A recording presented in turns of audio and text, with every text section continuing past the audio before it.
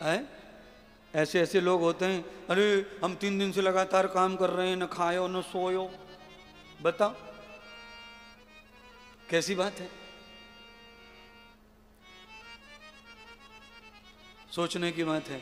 अच्छा, आप सब लोग में से बताओ, आपने कोबरा सांप को कभी सोते देखा है? बता दो भाई, किसी ने देखा हो तो।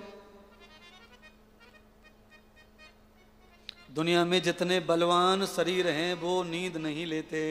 बलवान शरीर है, घोड़े में बल ज्यादा है, वो नींद नहीं लेता। अगर सोने से ताकत आती तो ये मुहावरा नहीं बनता। कौन सा? सोया सो सोया सो। ये मुहावरा क्यों बना बताओ? जागा सो पावा, जागा सो पावा, ये मुहावरा बना कैसे? भी लोग बोलते महाराज इतने थक गए कि पूछो मत, महाराज थक गए, महाराज ने कहा सोए लंदे हो, महाराज ने कहा सोए लंदे हो। अरे मर जाना चूहा खा के जहर। बताओ, 150 किलोमीटर कार में बैठ के आमे वृंदावन और थक गए हैं? कैसे थक गए? इसलिए थक गए क्योंकि क्षत्रित्व का पालन नहीं किया, ब्राह्मणत्व का पालन नहीं किया, इसलिए थक गए। 25% क्षत्रिय बन के रहो, 25% ब्राह्मण बनो। 100% ब्राह्मण बनने की जरूरत क्या? 100% तो वो भी नहीं है जिस घर में पैदा हुए बेचारे। क्षत्रिय के घर में पैदा होके 100% क्षत्रिय है नहीं कोई। ब्राह्मण के घर में पैदा होगी ब्राह्मण कोई नहीं है, बनिया के घर में बनिया नहीं है, शूद्र के। तो फिर 25% 4 भागों में बांट करके 25% का मतलब है 1 सेंटीमीटर है, 1 इंच ज्यादा न कम, चारों पाए एक जैसे हो जाओ, खाट बन के तैयार और सो मजे लूटो। एक भी पाया 19-20 हुआ तो खाट फिर अच्छी होती, उच्चक नीचा होता रहता है महाराज। ये बराबर के हैं चारों पाए, और ये चारों पायों से ही एक मानव बनता है, एक मनुष्य बनता है, एक समाज बनता है, एक सनातन बनता है, एक परंपरा बनती है। ये 4 में से एक भी पाया नहीं रहा तो खटिया पे आप सो सकते? चारों जरूरी हैं। कोई इस अकड़ में बैठा हो कि ब्राह्मणी कल्याण करेगो तो इससे ज्यादा मूर्ख कोई ना होएगा।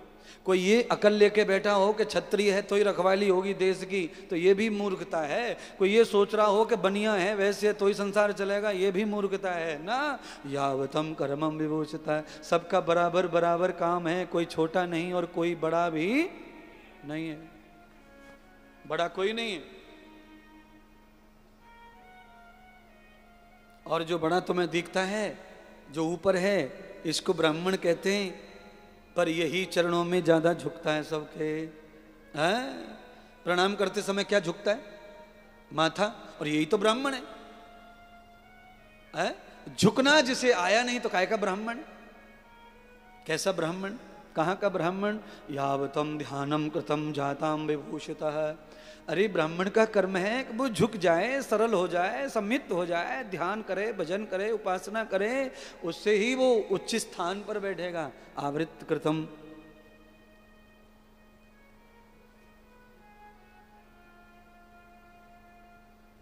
कुछ बात भागवत में ऐसी हैं जो कही नहीं जा सकती, बुरा लगता है उनको कह के, हैं? बातें तो लिखी हैं भागवत में ही है, पर उनको कहा तो उस पर विवाद हो जाएगा। श्रीमद् भागवत कथा में जब ब्रज की लीलाएं होती हैं, भगवान कृष्ण जब मथुरा पहुंचते हैं, उस समय की कथा है ऐसी। कुछ लोगों ने भगवान को खड़े होकर के प्रणाम नहीं किया तो भगवान ने उनको श्राप दे दिया।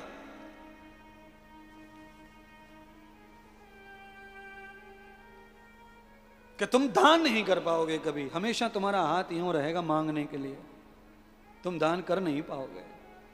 यम ब्रह्म कृतम जाताम।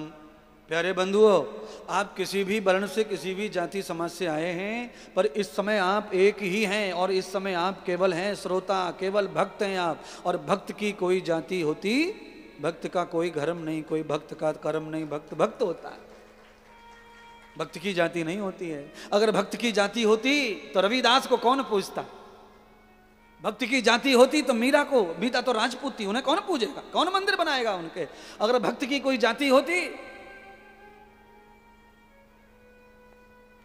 तो रविदास को कौन पूछेगा?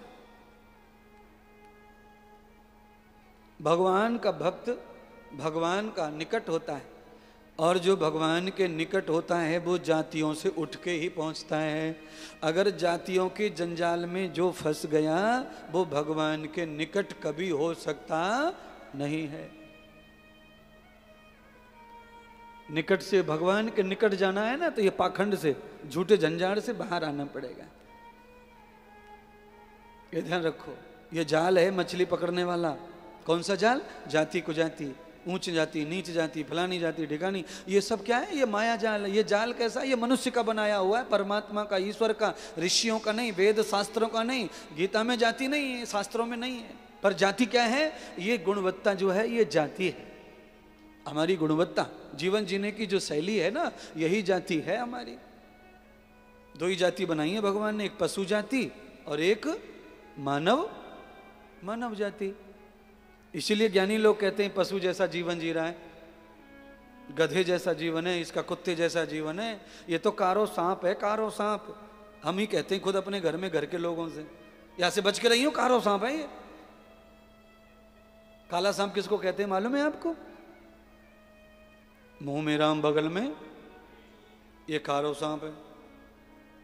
अच्छा बोलो, ये कहां से आई है बातें? ये मैंने तो ना बनाई है, तो मैंने तो सुनी है बड़े बूढ़े ने पैसे।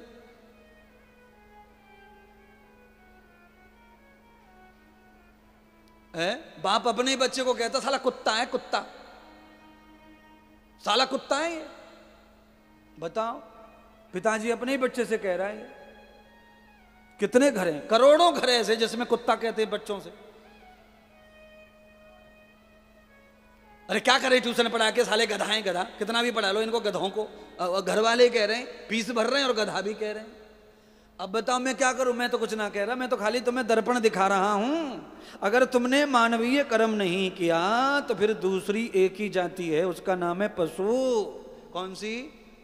वही है फिर हम, दूसरा कुछ नहीं है। और पशु जाति का काम क्या है? खाना पीना, सोना, बच्चे पैदा करना, बस हो गया। वो तो सभी कर रहे हैं महाराज, उससे ज्यादा कुछ कर रहे हैं। तो क्या कर रहे हैं? भैंस बकरी मिलके कथा नहीं कर सकती हैं। हमारी बहुत गौशालाएं, सब गाय पूज रही हैं, पर मिलके चंदा करके कथा कर ले, और ये आ जाओ और ये कथा सुन ले।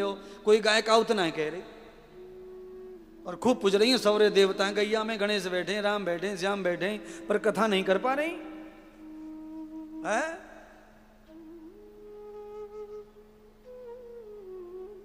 किसी के भी खड़े खेत में चारे में मुंह मार देती है गैया, और देवतन को बांस है सबरो। सारे देवता बैठे हैं, पर किसी के भी खेत में जाने से चूकती नहीं है।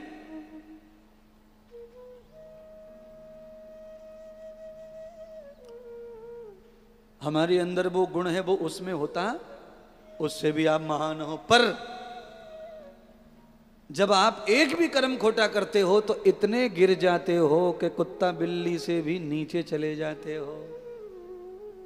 कुत्ता खाने के बाद वफादारी करता है, पर औलाद खा के भी वफादारी करती, तो क्या कहूं फिर इनको? है आप ही कह लो जो कहना है, मैं काहे को कहूं कुछ। मैं तो खाली इशारों कर रहा हूं। है कुत्ता खाता है तो डुमडुमी बजाता है, पर औलाद खा रही है, पी रही है, एटीएम ले लियो, बैंक बैलेंस करवा लिए, सबरे खेल कर लिए, पर वफादारी को कोई काम नहीं है, कोई काम ना है। एटीएम दे रखे सबने बच्चों को, सब बच्चों को एटीएम। कमाल की बात है। माने जो अपनी औलाद के खर्चों का हिसाब लेते नहीं, वो माता पिता गद्दार हैं, गद्दार। अपने बच्चों से जो खर्चे का हिसाब नहीं लेते, पैसे के घमंड में, प्यार के घमंड में, वो गद्दार हैं। वो बच्चों को कहीं का छोड़ेंगे नहीं। और भाई साहब देखो, जिनको हिसाब देने की आदत नहीं रहती वो कभी सज्जन हो नहीं सकते, वो बेईमानी रहेंगे जिंदगी भर। जिन्होंने माता पिता से बेईमानी की, जिन्होंने मम्मी से बेईमानी की, वो कभी भी ऑफिस में जाके ईमानदारी से काम कर सकते नहीं है। और ये सिखाएगा कौन? ये मम्मी सिखाएगी। 10 रुपए दिए तो हिसाब बता, चाहे जो खा के आ, जो नहा के आ, जा फेंक के आ, फाड़ के फेंक, पर बता दे के फाड़ दिया। अरे बच्चों से क्या पूछना, ये तो अपने ही हैं, इनके लिए तो कमा रहे हैं, सब तो इनको ही है, सब इनको ही है, तो तुम मर क्यों नहीं जा रही जहर खा के? आज ही दे देना इनको।